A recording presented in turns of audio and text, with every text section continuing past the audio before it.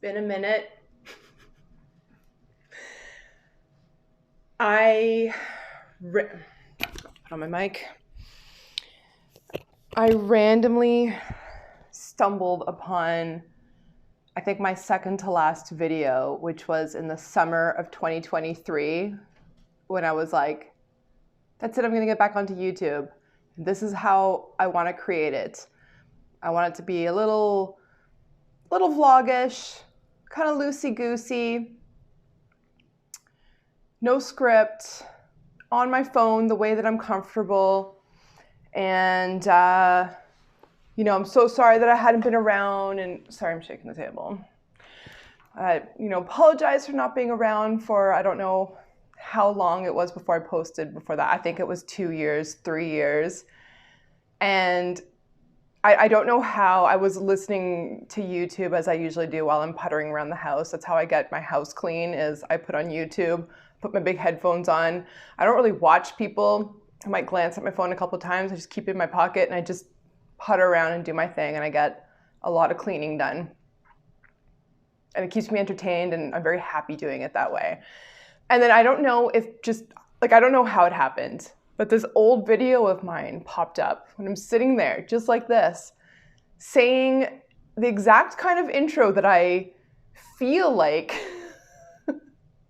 starting with right now. Like, oh my God, I'm sorry I've been gone for so long. I really want to try this again. And, what's been my excuse, and ba, ba, ba, ba, ba. But, a lot has happened since summer of 2023.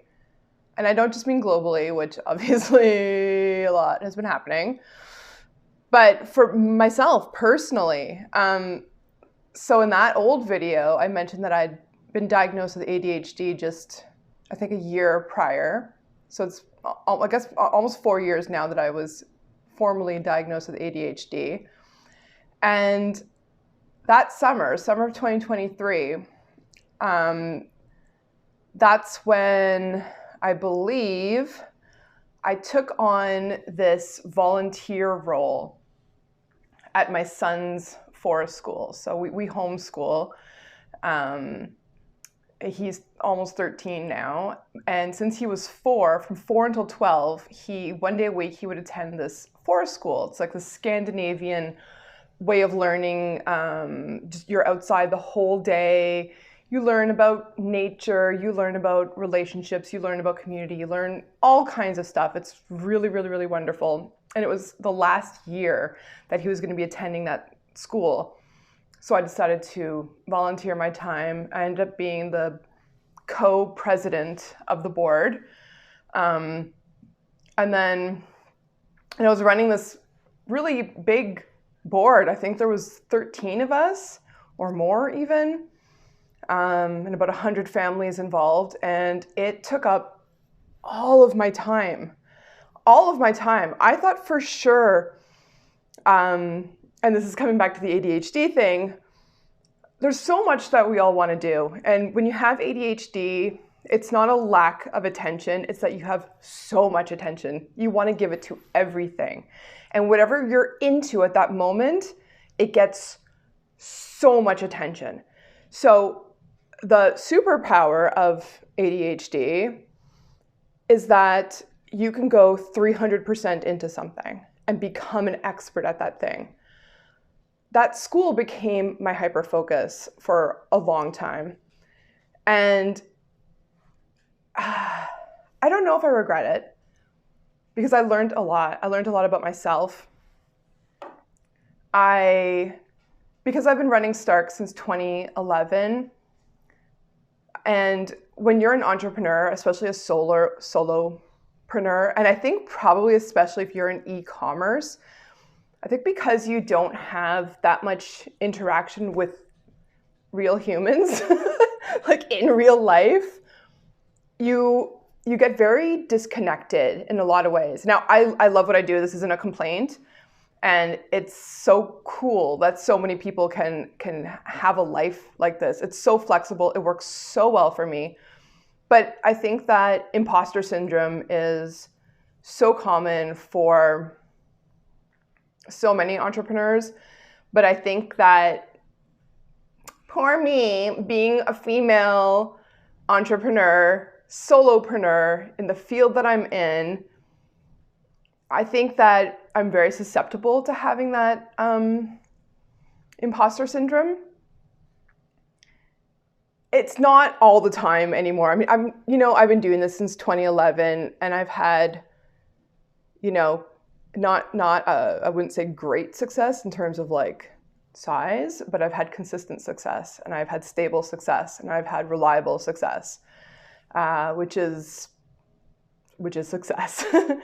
And I think that working with that board was the first time in a really long time that I felt like I was in a room with a lot of adults all at the same time, and where I was put in a role of leadership, and I didn't completely suck at it.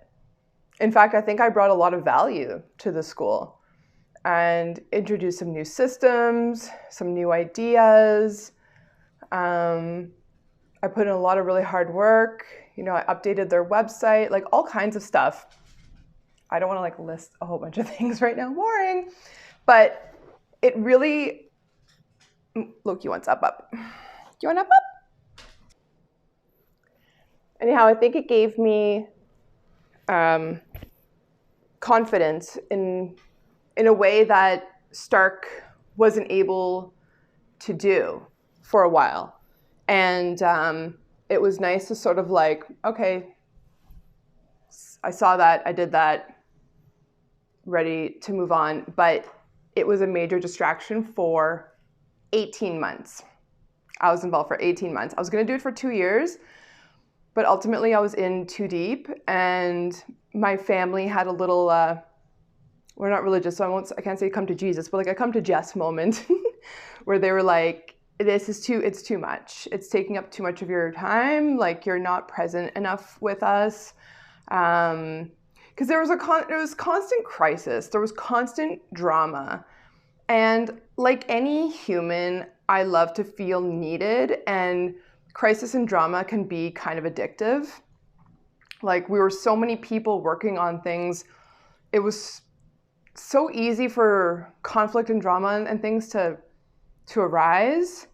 And and it's a school. We're also dealing with like 100 kids of different ages, different backgrounds and needs and whatever. So there's always something. And that felt really exciting for a while, because like with Stark, like there's no drama, which is actually how I prefer things. Like, everything being equal, I would take no drama for sure. But when I was like, as we say in French, dans le jus, in the juice of the school, that drama was like really addictive and fun. But then I quit, and that was actually that was last winter. So in December I'd quit, and then January I got injured while cross-country skiing with my son. So it was like January 7th, I'm going to say, or 8th. Did my phone just shift? I'm sorry. I looked away, and I think my phone shifted. January 7th or 8th, I injured myself while cross-country skiing. I don't ski. I don't really cross-country ski either. I don't downhill ski. I haven't since I was 14. I snowboard. So I'm not used to the downhill 2 feet on like 2 planks, Especially like, cross-country skis, they're so floppy and like loosey-goosey. Anyways, it was really fast, hard-packed snow.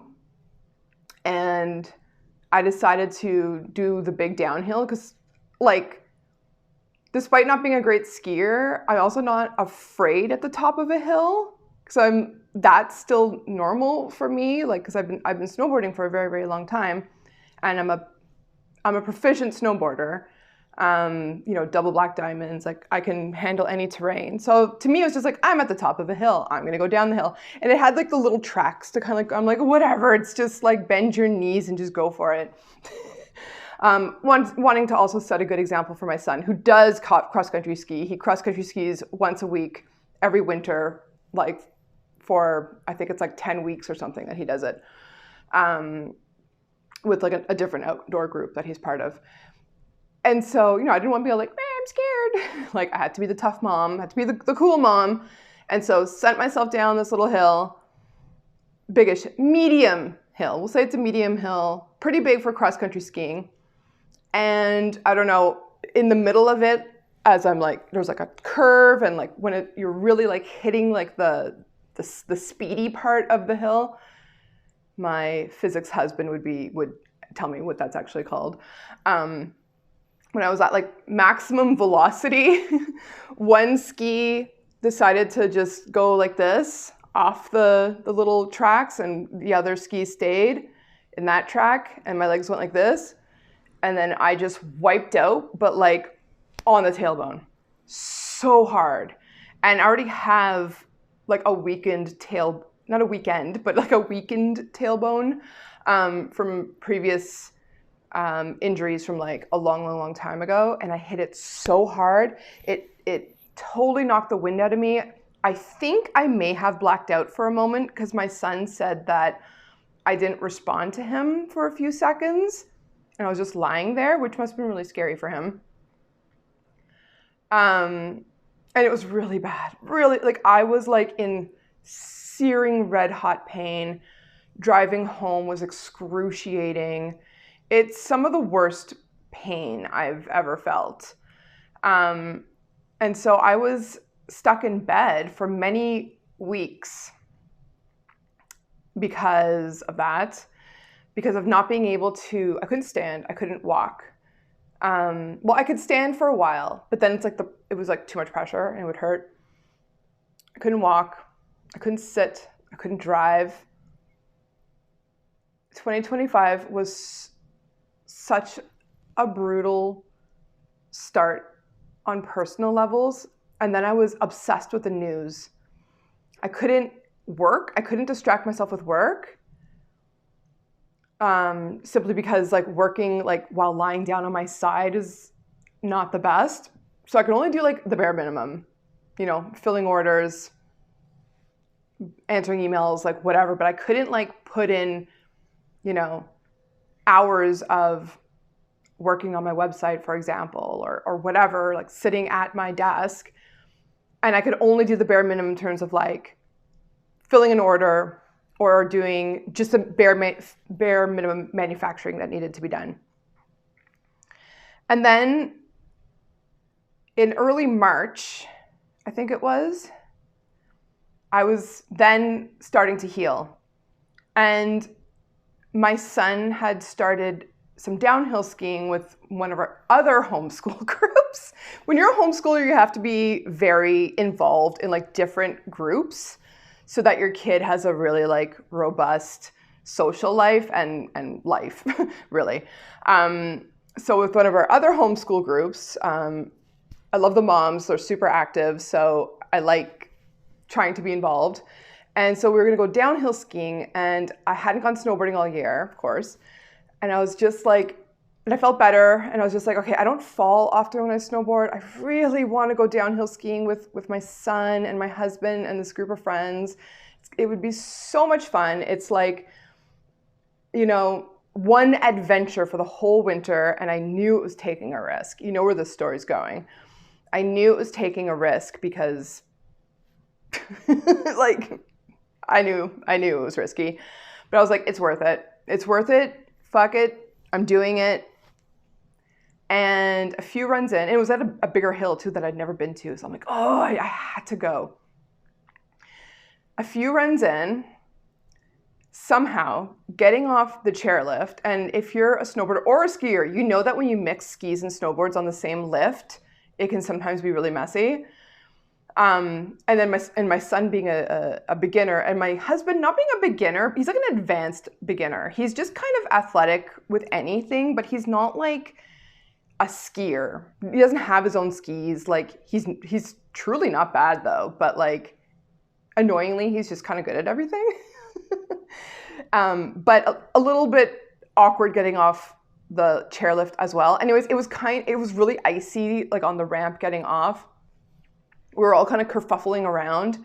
And my son, I think, was kind of like falling, or I don't know, his legs were kind of everywhere. And I sort of tried to like grab him, but he kind of like almost like flung himself at me a little bit. And like, he was 11 at the time, or maybe almost 12.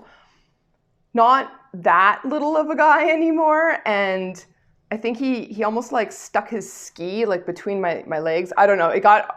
We got into a tangle and I fell very gently actually on my butt and burst into tears. It was like I could have thrown up. It hurt so much. And I was shocked because I was wearing like a butt pad, but also because I hadn't felt that tailbone pain in like a couple of weeks at that point. And according to my doctor and according to the internet, I was at the point where it was, because it wasn't broken.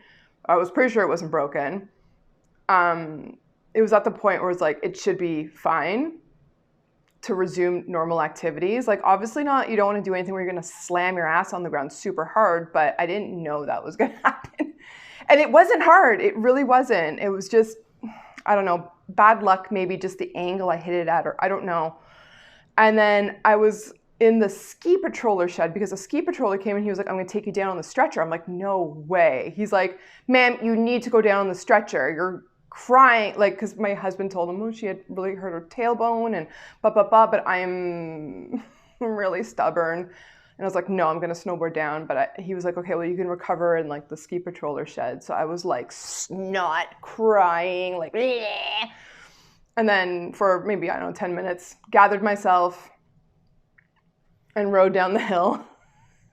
And then I just spent the rest of the ski day like in the lodge because the boys were like, we'll just go home. I'm like, no. Like, you guys keep skiing, enjoy this day.